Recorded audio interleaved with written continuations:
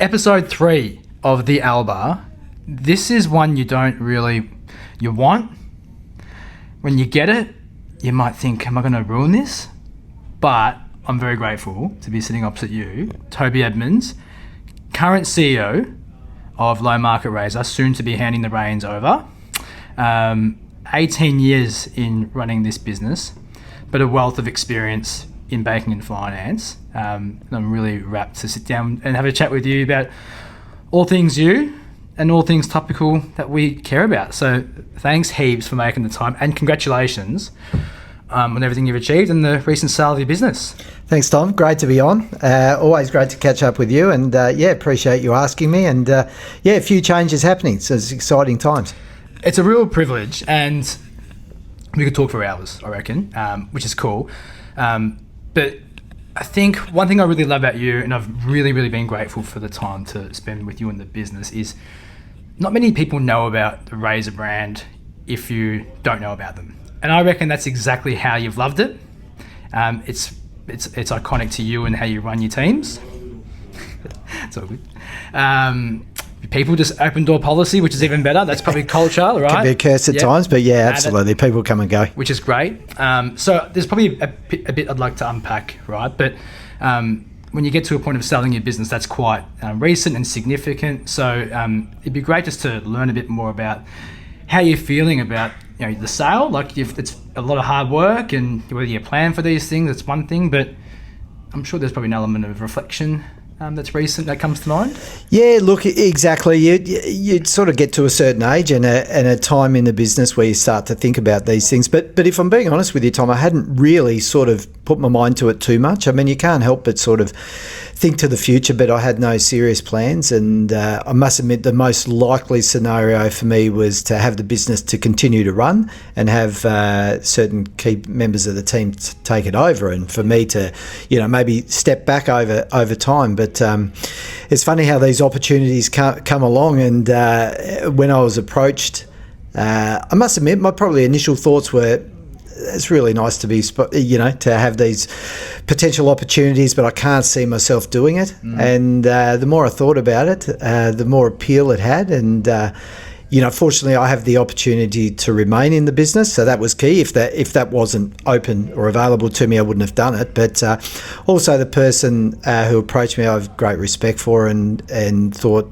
they would do really well with this team, and somebody I'd like to collaborate with as well. So, as time went on, I thought about it more and more, and effectively just said, look, if this was to happen, this is how I'd like it to look, and they were ever so accommodating with me, and I think the business is ready for that, and fresh ideas, fresh energy, and I get to still be a part of that, and hopefully it'll just take it to a whole nother level, which I'm sure it will. It's all that. You can kind of sum that up to a way I can sort of frame that is, it's almost like you are not going out on your own terms per se, but the timing feels right. Yeah, look, it does, Tom. It does. From lots of different perspectives, but I must admit, 18 and a half years, of which probably you'd say 12 with staff. I mean, back in the day, you were always on your own, and then we were one of the early ones to start growing a decent-sized team, and so blessed with the people I've had. Just amazing. But it's a pretty big business for one person, and particularly when you're still the key writer in that business as well. So maybe last year I started to feel a bit of pressure at times, and there was times where I just thought, geez, this is a lot of work and stuff like that. So talked to a few people close friends who've run businesses and stuff, and they said you don't really appreciate the pressure you're under until you're out of it. And I took a lot of that on board and thought about it, and I'll always work hard and be dedicated and stuff like that. But some of the certain things I deal with now, it'd be nice to handball those off and make them someone else's problem. And just worry about yourself for a bit of time. Correct. Awesome. So then the journey. 18 years. I haven't gone back to work out what happened 18 years ago, but I turned 18 years ago, right? And I remember the big fat iPods that were coming out, and we still had those old, not box TVs, but those 32 inches were still coming out. So not to make you feel old, but to be performing and growing a business over that time, before that you had a banking tenure stint. So where did it start? And did banking find you, or did you find banking? Well, if you want to go back to banking, that was I just left high school, and in Tassie we term high school as years 7 to 10, so not to 12. So I was only 15 at the time, and my best mate's dad was the local branch manager of the Commonwealth Bank, so I applied for a job there. And to be honest, I thought that would be for a period of 2 years, and then I'd go back and study some more. And applied for the job, and I didn't get it. I was really annoyed. My classmate got it in front of me, so best mate's old man overlooked me. Probably the first time you've ever been overlooked, mate, in your entire career. So No, that's not really. But little did I know he was trying to, in the background, get me a job in another branch. So he rang me sort of mid-January. I was prepared to go to college at that point, and that job came along, and I think I ended up being there about 13 years in the end, 14 years. I really loved it. Ended up on the Gold Coast, so I was a manager of Surfers Paradise branch. And so you moved within CBA up north? Within CBA, so I was in Tassie for at least probably 11 years of that, and then was promoted to branch manager at Pacific Fair, the shopping centre. That was a lot of fun. I had a great team there. That was terrific. And then after 2 years, promoted to manager of Surfers Paradise, and I really loved that. They made a lot of changes at the time, and I always thought I was a banker for life. And there was a couple of things that came along. They turned branch managers into concierge, so we had to give up our offices, and we had to sit at the front door and greet everyone as they came in. And to be honest, it wasn't for me. I wouldn't say I'm a massively big personality who wants to be out there doing that. I'm sort of more in the background to a degree. And so that prompted a few changes, and back to Tassie I went. I wanted to get into property development. I did a subdivision, and I really enjoyed that. Yep. But you go through a period of virtually having no income for a period of time. So I was working in bottle shops whilst I did this, and renovating houses while that went on. And I just sort of got to a crossroads. I didn't really know what I was going to do, but a good mate of mine who I knew through the bank originally was a financial planner based in Melbourne, and he thought it would be an awesome idea to have a broking arm attached to that. And it's funny how these conversations turn into big things. I mean, it was only probably 3 months later I packed up my life and landed here on the Spirit of Tassie. I got out the I can't think of the name of the book. The maps, the Melways. And I'm in Port Melbourne. He lived in Box Hill, and I'm like, how the heck do I get out there? And I'm following that with my finger. And I've been to Melbourne plenty of times to watch footy. You're in the city centre, and here I am in this foreign place, and living with him. And funnily enough, in the banking world, whilst I was branch manager and so forth, I'd never actually done lending. So sort of thrust into this role with, a little bit of background information, but I'd never been a lender as such. And here you are, and he's giving me clients, and here you go, do your best with that. And I'm thinking, well, what the hell am I doing here? So steep learning curve, and very different there. Like, people joining this business now have the luxury of 12, 13 experienced brokers to help them. Correct. But back then it was, where do you turn? What do you do? So you had to really learn fast. And because you also would have had, because broker adoption at that point, like, nowhere near what it is now, right? Yeah, big challenge. 27% roughly was the market share.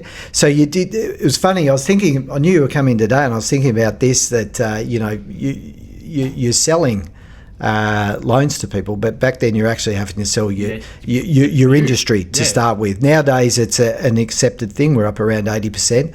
The propositions always made sense, but back then there was obviously a lot of suspicion around it, and how do you get paid, and there was a misconception around that. And so that was your biggest hurdle, was selling the actual industry to people. And it's amazing how much that's changed over the years. Because you just go back to like the way you started your career. Like, you walked down to the local branch. Like, that's indoctrinated in Australian culture at that generation. Like, you just walk down to your local branch to get a home loan. That's what you did. So then that whole shift of, then, to your point, not just broker, but the industry and why, and still trying to navigate that doubt with the person at that point, let alone you've made the plunge to move to a different state and learning the policy and lending altogether. Like, that's a...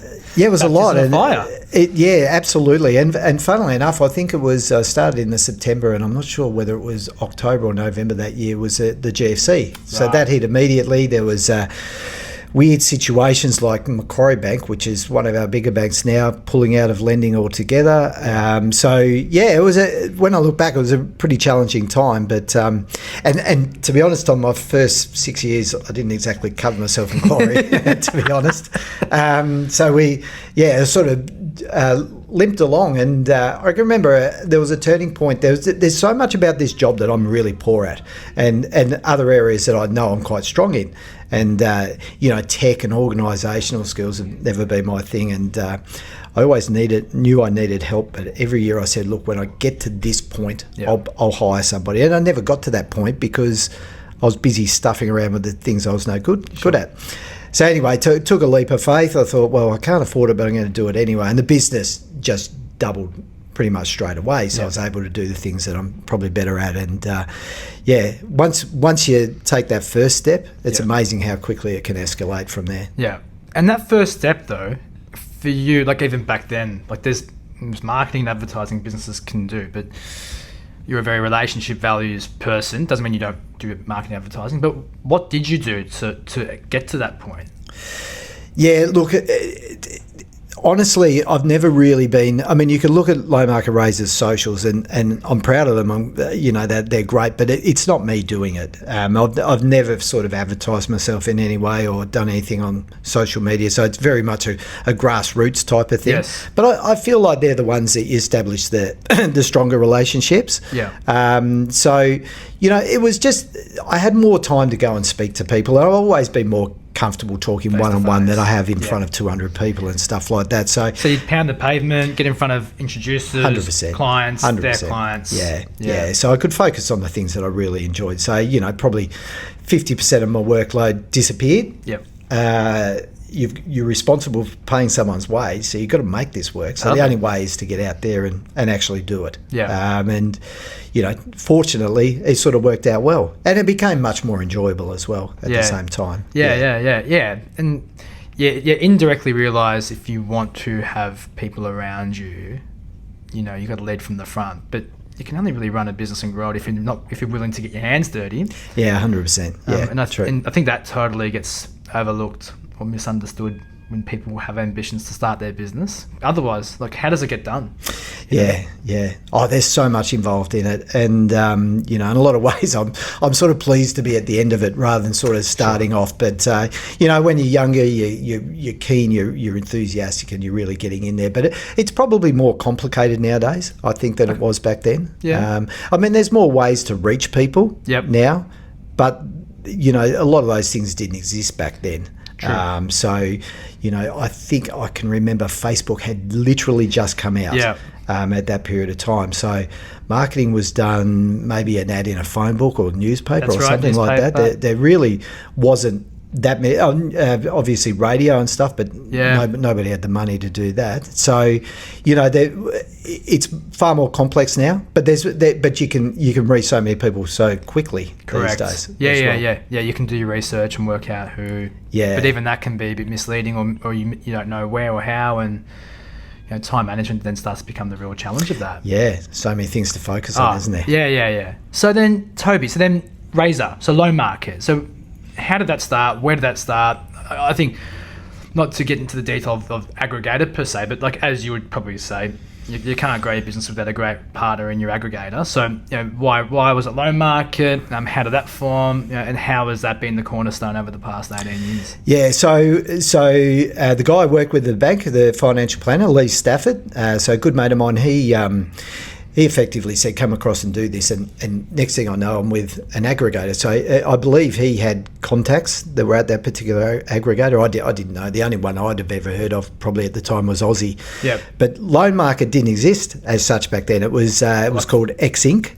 Right. So there was Ray White Financial Services, Yes. I believe, which later became Loan Market, and Loan Market acquired X Inc. Right. So that's how that came about. So that I was probably only a year or two in at that particular point in time, and then look, Low Market's just been huge over the journey. I just you're approached by other aggregators to come and switch, and it's just never ever been a consideration for me. And the amount of dedication and effort they put into tech and to, it's such a genuine organisation, and they want to do the right thing by their brokers and turn their brokers by their clients. Yeah. And, their mottos are sort of keeping us safe and all that stuff. So they're really up on the compliance side. The attitude of the brokers within loan market is very collaborative. Yep. So everybody's sort of shit. There's no envy or jealousy and trying to tear others down. We're trying to raise each other to be better. Yeah.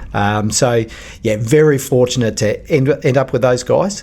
And funnily enough, the lady who's purchased my business was the former CEO of Loan Market. So nobody understands the values of Loan Market better than her. Yeah, fantastic. Yeah, and when I've had the benefit of and privilege of being seen, I suppose whether it's your business or other brokers within the aggregator days or events, like that sentiment's very consistent. I think the term community is something that comes out quite often.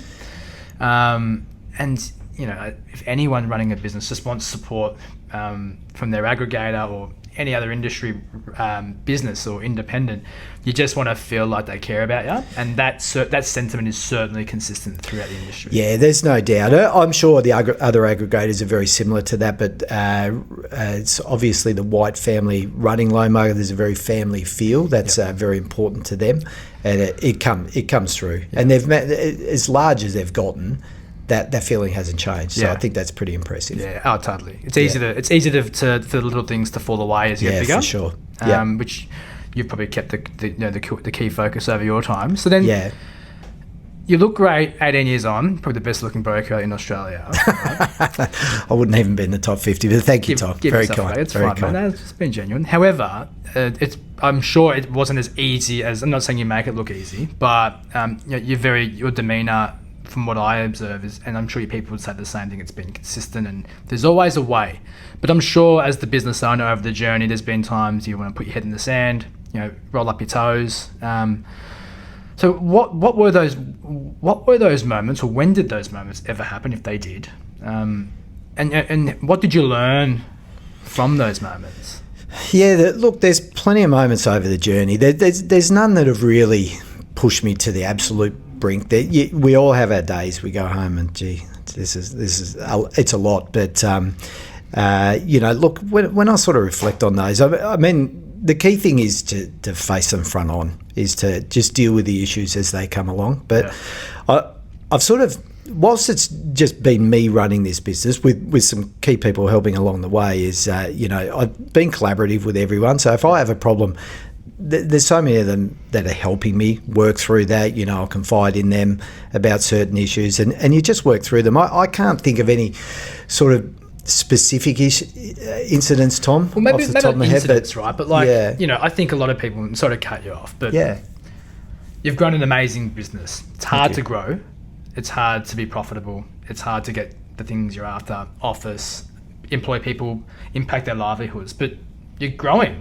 And then you've probably got little embers around that are occurring that to you might be water off a duck's back. You'll handle them, but clients, referral partners, all that. Like, did that from a pressure or prioritization? Like, were there key moments where you'd look back and go, "I'm lucky. I'm glad I made that decision," or "I'm glad I didn't overreact to that," or that particular decision I made helped inform the next decision I had to make? Yeah, there's plenty of those, and luck can play a part as well. But I think the key thing that we've gotten right here is bringing the right people in, and that's made my life so much easier. There's I can't think of a moment of conflict in this office at any time, and new staff members come in, they can see that they're clearly not going to misbehave because that's just not our way. But being very fortunate with that sort of stuff along the way, and one thing I've never done that a lot of other business owners do, they put these huge stretch targets in place, and it makes a lot of sense. I get that. I'm not disrespecting that in any way, but I've sort of always had the philosophy that I just want to keep growing, so I don't put too much pressure on myself in terms of those targets or anyone else around it. And it's sort of eased my stress, because I'm not, I didn't make that, I didn't quite get there. I'm just like, it's growing, and I'm encouraging people, that's really good, you're doing well, let's keep going. Rather than put these things in place that you kill yourself trying to get there, and you're disappointed because you fall short. Sure. That doesn't work for anyone, but I've just tried to do it that way and keep the stress out of it. No, for us, it's worked. Yeah. Mightn't work everywhere. Yeah. Even when you say it out, but when you say it out loud, like, it just makes total sense logically. But I think what's then the key part, which you rightfully called out, is you bring in the right people. Like, you need people that have a sense of, maybe, let's say, maturity, common sense, appreciation for that approach. Like, we're all in it together. You know, you don't need to be reactive. You be proactive. You call it out. If you need help, you know, we want to learn, we want to develop together. We're all in it in that regard. So, and the amount of businesses that get that part wrong, which I think is probably the one thing you can you have 100% control of. That decision of bringing that staff member in, like, that's where it starts. Yeah, that's true. That's true. And just on that, something we've been very fortunate with this, but whenever a position's become available, we haven't really had to advertise. I've just gone out there and said, look, does anyone know someone who could work here? Because I just think if you're a good person, you're probably going to hang out with like-minded people as well. And that's worked. We've had brothers, sisters, you know, cousins, all that sort of stuff, uncles, you know, working with nephews and all that sort of thing. And that's what's worked really well for us, is that we've had very like-minded people. I mean, if I had different personalities in here, would I have been as successful? Possibly not. So in a way, whilst it's been strategic, I've also been fortunate. Yeah, totally. Yeah, because there's the other school of thought that says, well, you know, you don't go into business with people that are exactly the same as you. Sometimes the variety in thought or diversity in thought helps offset our thinking preferences. But true. They're not all the same. No, but their morals at the end of the day would be. Yes. But their personalities are different, and it's, you know, they each bring something different. Well, as Jay said, like, anyone out here can go out for a beer and have a great time one-on-one. They'd all be comfortable with each other. Yeah, and have a good time. Yeah. And that's what people want, and that's what a business owner like yourself would love. Yeah, it just makes it so much fun to come in, and even with COVID and work from home, what I've found is that they generally want to be in here. You know, I had to, you know, it was a bit of a mind shift for me. All of a sudden, people not coming in, you've got to learn to trust them to do the work. And, you know, once I got my head around that, you know, they're welcome to come to me and say, oh, look, I want to work from home 4 days a week. But it hasn't really happened. They just want to be in here. Yeah, the one who's probably wanted to work from home the most is me, to be honest. But they all turn up every day, which is great. And I think it's a testament to that feeling they get walking in the door. Absolutely. So, and then with that, I wouldn't mind just talking a bit about culture. So, like, you've talked about your philosophy, you know, values alignment, get better every day, be good at what you can control. And then if you think about how the world's changed with events like COVID, you know, from an industry point of view, business leader, how do you see the role of culture in teams, whether it's this size or trying to get to that type of size? Like, what emphasis does culture play, especially with how complicated the world is starting to become, especially in our industry? Oh, look, mate, it's a funny word, culture. It can mean so many different things, but I still think it is massively underrated. Culture's everything. I mean, look, people will leave a bad culture. People won't do the extra mile for a company they don't believe in, or the culture's not quite right.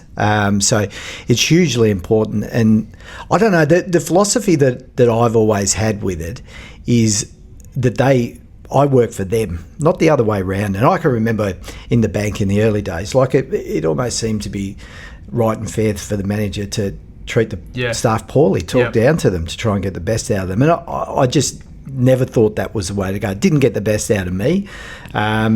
So I don't know. I always felt, and this doesn't work for everyone, but if they really appreciating what I'm doing for me, they'll give it back. They'll give it back. Yeah. So, you know, I sit here sometimes and just think, oh, these people are all here because I've asked them to be, you know, and you just feel really grateful for that.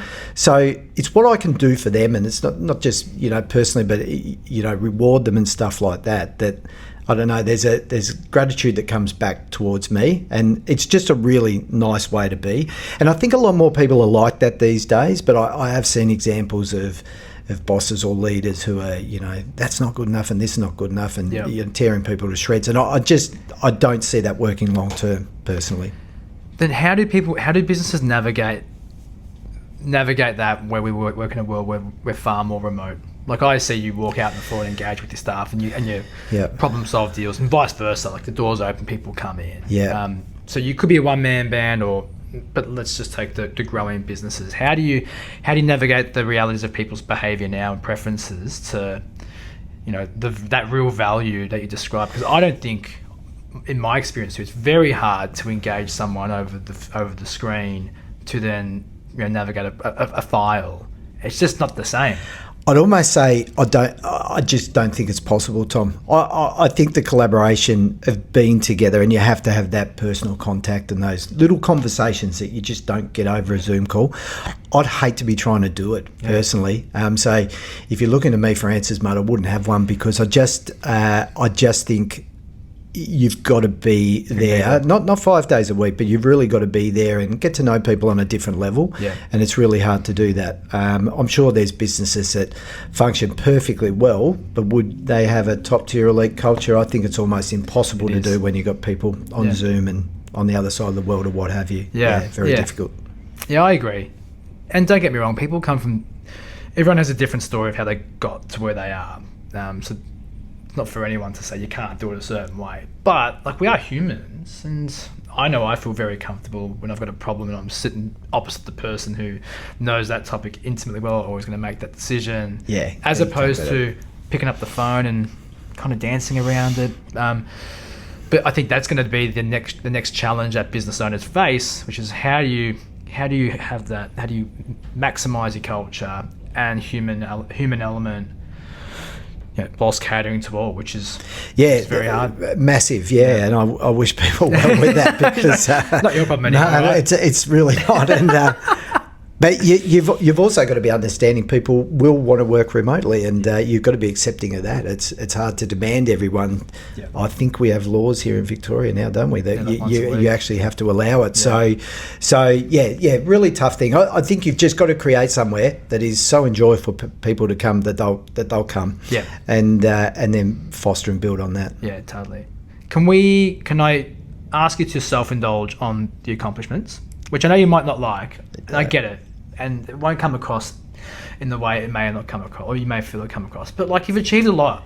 Put the sale aside, and introducer like me would go try and find a broker with Chairman's Club, this, $1 billion in settlements, these are the great ones, right? But forget about my observation of it. When you just sit back and just think about it, and I know you'll say it's all about the team, I know that, but just, again, also put that to one side. When you hear and see it, like, do you stop and smell the roses and have some type of reflection? If you do, what are the things that come to mind? Oh, look, there's a bit of pride there, and there's no doubt about that. And I've always, subscribed to the philosophies of being humble, and I want this to be a humble business, a successful, determined business who's striving to be the best, but, no skiding and carrying on and all that sort of stuff. But, there's things that I'm really proud of. I think a year or two ago, I achieved the milestone of $1 billion in settlements, which seemed a million miles away for a long time. So that was a good one. And I was the MFAA Broker of the Year for Victoria last year. So super proud of that. That sort of things you'd never expect in your wildest dreams that you get to. And we got the Chairman's Club within Loan Market. So I think we've been there for probably 8 years running now, and Platinum Elite is an individual broker with them, so they're the highest accolades you can get there. And there's the MPA Top 100 that they've had out every year, and I think I might have been there for 8 or 9 years. So, I like to be consistent in my actions and deeds, so to do that over the journey. So, for somebody who doesn't like talking about myself, I just listed a heap of things there, didn't I, Tom? But which is a bit cocky, but you've done this before, haven't you? No, I haven't. But there's no doubt there's things that you're sort of proud of that you've managed to achieve in your career, and there's a couple of those there, I suppose. So but nothing does trump the building of the team. The pride's always come around those guys and the people that we have here, and what we achieve in that regards. Of course. But I suppose, if you can then wake up wanting to hit these things, but it goes back to your philosophy, like, get better every day. I can only control that, and as long as I'm getting better, things will sort of take care of itself. It just so happens that you've been consistently good every year. And when you were talking, I remember I had the real privilege last year sitting in the review you had with the team, and you made a comment about still hitting PBs in year 18. You know, any business that's hitting PBs every year, let alone, you know, circa 2 decades on, again, is probably the biggest thing that you're probably most proud of that's not on that list. Yeah, exactly, mate. Look, the team is still growing and growing really quickly, actually. So, we're up by, I think it was nearly 30% last year, which, you know, you can get stale over time. And once you've had, I made the point that 30% growth was on the back of what we considered an excellent year the year before. So, sort of above average numbers. And, you know, but we've always sort of brought new people into the business and new energy. And we've done it the hard way. A lot of business will only take on experienced brokers. We've sort of brought in a lot of guys or girls who just had no idea, you know, just good people. And we just think we can make something work there. And that's a slow build. That's 2 to 3 years of really before you see anything. It takes time. You've got to be patient with these things. Yeah, and patience is the right word, especially in a world where everyone wants everything yesterday, whether it's outcomes for business or just customer demand. Because you don't sell your business 18 years in the way you want it without being patient and focusing on the right things. And that's the same almost logic and principle with most investments, you know, business decisions you make. Property, you know, you buy property for the long term, not the short term. And if you focus on just being good consistently, then everything else takes care of itself. Yeah, I couldn't agree with you more. And you do see it occasionally, people in a rush to do things and flip things quickly and all this sort of stuff. But I think if you last the journey and you do it smartly, you'll end up in a pretty good spot. So then, can we take your expert opinion? Because there's no one better place really industry-wise to talk about industry things, both from your own personal view and just the objective view. The industry itself, like, what are you concerned about? What's a pattern of it? Behaviour, industry policy, tech reform. You look at what's happening in banking and finance and then broking. Is there anything that's catching your mind or catching your eye at the moment? Yeah, it is. There's always some sort of threat out there, and I feel like at times I've sort of thought, I wish, you know, the regulators would leave us alone, or there wouldn't be a Royal Commission, or they'd just give us a moment's peace. But everything we've come through with flying colours, but there's always a challenge there. At the moment, you've got banks who are trying to bring clients back to retail, which is fascinating because they've let it get to 80% through broker. Broker's been responsible for bringing competitiveness to the market. We've brought rates down. It's a wonderful thing for clients. And now all of a sudden, banks are saying, we want you to come back after they've closed all these branches. So it's fascinating to see that. I'm not sure how that's going to go. They're offering huge salaries for people to give up broking to be bankers with them. So there's a little bit of a challenge around that there. AI is an interesting one. I mean, at this stage, it does appear as though it's a real enhancer. So we'll be able to give far better data and quicker data to clients. We'll be able to look after existing clients better. We'll be able to process things quicker. Where it goes from there will be fascinating to see. But I think the industry, people will still want to talk to a human about, you know, these sort of things, and so I think that's perfectly fine. But it's the retail. The banks have sort of declared war on brokers only the major banks, so the ones with retail outlets. So that's going to be interesting to see how far that goes. But things go in cycle. Yeah, it cycles. Yeah. But where does it go? Like to your point, it's in no one's best interest to have a bank trying to declare war on brokers. Because I'm sure you would say people broker with the broker or bank with the broker, not the bank. Well, 100%. And I just can't see the philosophy of people just picking a bank and going to that bank. Surely you go to a broker who deals with 60 or 70 banks to get the best deal. Yeah. And, so that proposition seems so outdated. Yet that's what they're trying to do at the moment. So it does seem a little weird to me. I think embracing brokers, because we're such a big player in the market now, trusted by so many people, wouldn't you embrace it rather than try and make enemies of them? So I'm not sure on the philosophy there, to be driven by the bottom line in some regards. Correct. There's no doubt about that. But my money's on them fighting a losing battle, but you never know. Yep. They're big, powerful companies, so you're not sure how far it'll go. I think it's reasonable to say your one-man band brokers are just not cutting it. I think they'll find that. I think they will have two options. One, they can go back to a bank and you sort of clean up your dormant broker adoption or activity, and they go bank. I think we'll start to see some brokers become buyers advocates, which we're starting to see a little bit of, just hedging a little bit within that self-employed one-man band space. And then probably just bigger brokers maybe buying up different books for that middle tier and just consolidating books as a result. 100%. That you can see that happening. So the CEO of Loan Market, Sam White, he's been saying this for years, and he's 100% right. So, back in my day, everyone was on their own. Yeah. There might be two or three that have a PA, we called them back in the day, and you're isn't that incredible? Somebody works for them. But nowadays, just with these larger businesses, the economy of scale, you can actually make more money as a broker working as self-employed within someone's business than you ever can on your own. Not to mention how much extra work you can take on because you've got the support around you to do that. You've got staff, working on data entry, all that sort of stuff. Whereas a single guy, he's not going to deal with his client, find a solution. He's then got to do all the processing. Correct. And it's a bit of an outdated model. So you can see that happening.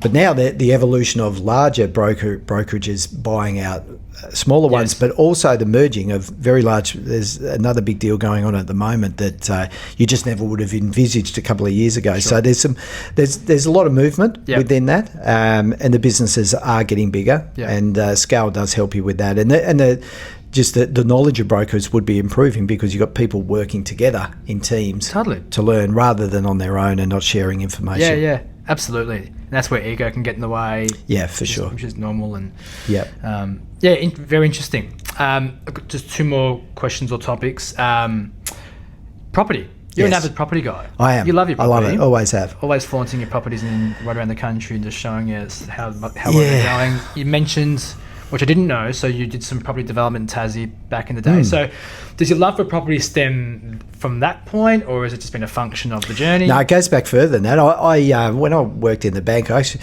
got up to the point with two or three mates where we had multiple investment properties. I think 9 at one stage. I mean, they're heavily leveraged. Don't think there was a lot of money involved, but always been fascinated with it. Funny, I'm a broker and I love that, but I'd love to be a property guy. Yeah.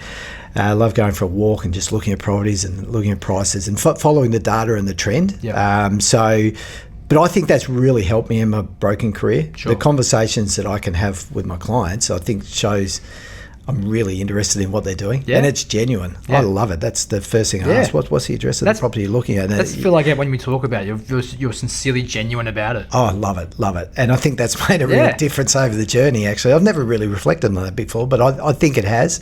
But big property guy, big believer in that. We talked about patience before. Look, I think one of the biggest keys in life is get to retirement, own your own house. You control your destiny in that regard. You want to try and avoid housing commission if you're government housing if you can. So that Aussie dream, the roof over your head. But then I'm a big believer the earlier you start that, the closer you are to owning it, you build equity. More property. Somebody's paying the rent, paying the loan for you, the tax deductions. To me, it's just made sense. And housing's not going to go out of fashion. We've got to live somewhere. Totally. AI is not going to change that. So, to me, it's a proven formula. Yep. It's low on risk. You can buy in the wrong areas, of course, and that's where guys like you are super important. But if you get that right, get the fundamentals right, you'll end up in a pretty good spot. Yeah, totally. Yeah. And goes back to probably even how you started when you made the comment before about being a broker now, and it's probably more simpler back when you started. All of those reasons you just explained of why property makes sense, just so logical, and they were the absolute fundamentals we'd always just talk about 18 years ago. And I suppose when you get more lenders in the market, we do have a supply issue, so I can totally acknowledge that part, but some of the common sense realities of property are totally exacerbated just because people think there are different ways, but you just often overlook the things that just make total sense. The basics haven't changed, No. Tom, have they? No, they're not. They're the same. And I'd suggest in 10 years' time we'd say the same thing again. Yeah. So, look, diversification's great, of course. Don't have everything in the property, but I think you're taking a big risk if you've got nothing in property. Yeah. So, it's a really important vehicle for people moving forward, and as I touched on before, buying in the right areas, buying the right ones are crucial. And the evolution of buyers advocates, I think, has been a great thing over the years. I'm not sure how long you guys have been around for. Like you personally, I do, but the industry, it doesn't feel like there was much of it 5 years ago. But nowadays, it's evolving and becoming such a prevalent thing, and that's because it makes sense. Yeah. Like if it was a dud offering, it's not going to grow, is it? Correct, totally. Yeah. Look, I'm the buyer's advocate industry per se. Like I find there are, as you would know, like if loving property, there are some great local selling agents that are just part of the fabric of the community. And I think in most markets there are some embedded selling agents who have done an element of buyer's advocacy, and they would say, we've been around for a while, and now it's just a bit of a flavour, and there are cowboys coming in. But but like any sort of investment decision you make, getting the right expert available is probably where the rubber hits the road. Especially in property, not maybe especially in property, but within property. So, which I would love to then use that as a nice segue for a plug of ALBA, if that's okay, mate. So, how has ALBA been of value to you and your business? Yeah, it's been terrific. So before I met you, Tom, I did have a couple of buyers advocates come and see me, and great guys, and all the rest of it. The issue that I had was that they were locally based in particular areas. So quite often, what you have is a client who says, "Look, my accountant said I need to buy an investment property. We've done the numbers; it makes sense. Where should I buy?" Now I'm not legally allowed to say. I'd have some opinions, but I've got to be very careful in what I tell them. But I love the concept of ALBA being Australia-wide. To me, it's one that just made so much sense. The fact that you have picked the best of the best right around the country. And I can think of an example recently as a farmer, really time poor, wanted to do this. His exact words were, "Where do I buy?" He was not somebody who was going to be able to find the time to do that, and he didn't know where to buy. So coming to you guys, it's great. You got people everywhere. You can give that advice. I mean, that client was so happy with the service. They bought a property within a very short space of time. I know they'll go again. Yeah. So that's just excellent. I've got a really happy client now. They're able to. I'm really confident that they've bought good stock. How they would have gone with their jobs and stuff if they didn't have that assistance, I would make the assumption they probably wouldn't have bought yet. Yeah. And then there's a risk they would have bought the wrong thing because they just would have gotten sick of it and gone, "Bugger it, I'll just do this." Yep. So it's a real asset. We're turning over pre-approvals a lot faster because of it. The feedback from all the clients has been exceptional in terms of they're really happy that they've done it. They feel like they got the right property. There's just been no regrets with it. So it's becoming really common within this office now to have them talk to you guys and the service you guys are providing. And we're getting to know the buyers advocates that are working under you now as well. And they're all great people that we trust. So, super results. Yeah, thank you. And that part I think has been I've really enjoyed that evolution of our journey where, like, we're both relationship people, clearly, and we like spending time with people, each other, like-minded people. And I think the only way you only really give us the opportunities if that was symbolic of the people we work with. And like to have like a lunch we had a couple of weeks ago, and we had the majority in the room and have a beer, chew the fat, see them here talk about our love for property and finance. Like all of that just makes. I think that's why I really love what we're doing at ALBA is. It's for you, the broker. You're the trusted partner. Like at the end of the day, you will be that trusted partner. And as much as you believe in the concept, believing in the people is a very different thing. And you can only get to that, I think, by conversations face to face and talking and building those relationships. And I have no doubt that's the main reason why we're starting to get the continuity we get, even the conversations about property buyers advocates. It's been a really cool proof point that I've really enjoyed, and I think it's going to continue to support clients, not just here, but across the country, but it's been an opportunity I've really enjoyed. No, absolutely, Tom. I mean, you've been terrific with the relationship building that you've done here within this office, and I'm so glad that we met you guys. And we've had clients that have bought all around the country. For a broker, if you want to have your clients doing that, you're probably going to have to form relationships with 10 to 15 different buyers advocates, and if you've got the time to do that, good luck to you. If you don't, speak to Tom at ALBA. That's the key. They will. I love that. Thank you, mate. Two more very quick things. You mentioned before, if you were starting out today, it'd be very different. You've built your business and the growth on the basics. So what would be your advice to a broker staring down the barrel who's probably thinking, I've got marketing, I can do TikTok, all these things, which you could have done too if you wanted to over the journey, but someone who's starting their business wants to be sitting here 18 years time where they've sold their business. What are the top 2 or 3 things you'd be saying to them before they make that jump? I'd be saying don't do it on your own. I think the way that I came through and all of my contemporaries is probably just about gone, I think. It's possible to do, but it's very, very difficult because you've got to wear too many hats these days. And I think you've got to put the client at the centre of it. So I would be looking at joining a team of experts. That would be the way to go. And if you wanted to have your own team, I see a lot of people joining these businesses and becoming partners within those businesses. I think that's probably the way to go. So I've had three of the young guys here as partners, which I loved, and watching their development through that was great.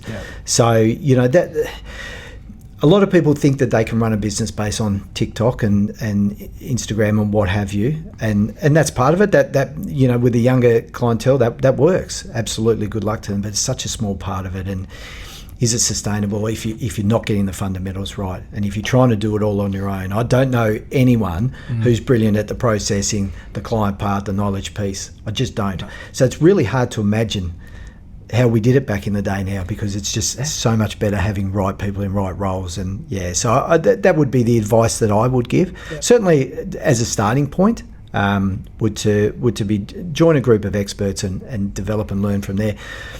Model the behaviours of some of the leaders in there if they're doing a wonderful job, and who knows where it'll take you from there. But don't try and start on your own. No. Wise basics, little things like that. Finally, just back on the sale, if that's okay. Everyone wishes they were in that position to be able to sell their business. And you did talk, you mentioned earlier, you spoke to people. What's your advice to people who are thinking about or feel like they're close to selling their business? Your circumstances all sort of fell within an ecosystem that's known and familiar, so there's some variables to that. But is there any learning that you can share about how you went through that process as an owner selling their business? Well, I think there's a lot that I've learned. I mean, the first thing you should do is talk to your accountant, because there's so many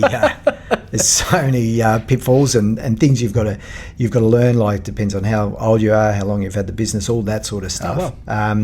But within loan market, there's a gentleman who's facilitating the sales of business.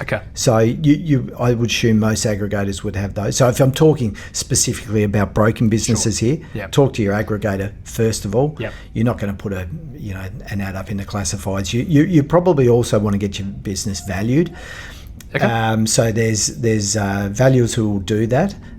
Also plan it in advance. The one thing that I never did, and I've been very fortunate here, is I actually hadn't prepared my books for a sale. So you wouldn't spend as much money as perhaps you did otherwise. I'm very fortunate to be working with somebody who knows me and understands the business well. So you plan it at least 2 years in advance if you can. Get the books looking as good as they can, clean as they possibly can. Talk to your accountant, understand how much tax you're going to pay. You might be better off holding for a little while longer, all this sort of stuff. And then have the book valued. And once you've done those three, there's plenty of buyers out there. So then you're ready to hit the market. And there's I see them on Facebook all the time, Trailblazer and what have you. So there's companies that will facilitate that. Or your aggregator might want to try and have people within buy that as well. So I think there's a demand for the sale of the book, of the businesses. But you really got to do the prep work first to have it ready to go. Absolutely. Interesting. I just think, I was thinking about, again, you can you probably had an element of it. Like there's the emotional part of it, Yep. which can either blur you or make you feel good or nervous, and all of that, depending how prepared you are, you know, it just it plays a role in the outcome to an extent, or what you learn from the outcome. And I just think they're the nuggets that I find fascinating. So, that's all interesting. Well, mate, I'm gonna call time because I could chat to you, which we'll chat anyway later on. But from a personal point of view, you talked about getting the right people in. I've been really fortunate to come in and spend time with you and your team, watching from afar how this all plays out. It does remind me of a time I had when I worked at the bank, and all those symbolic and consistent attributes on culture just makes it feel like home. So thank you. Well done. Congratulations. I think you've got a career now in business coaching, mentoring, which you probably don't want to do, but certainly making the airwaves and doing more convos like this and charging $1,000 a pop. So you should certainly look at that. But I really appreciate your time. Congratulations on the sale. And thank you very much. Thanks, Tom. Privileged to be on, mate. Really appreciate it. And all the best with you. And thanks for everything you've done with my team. And I wish you all the best for the future. I'm sure you'll be a big success.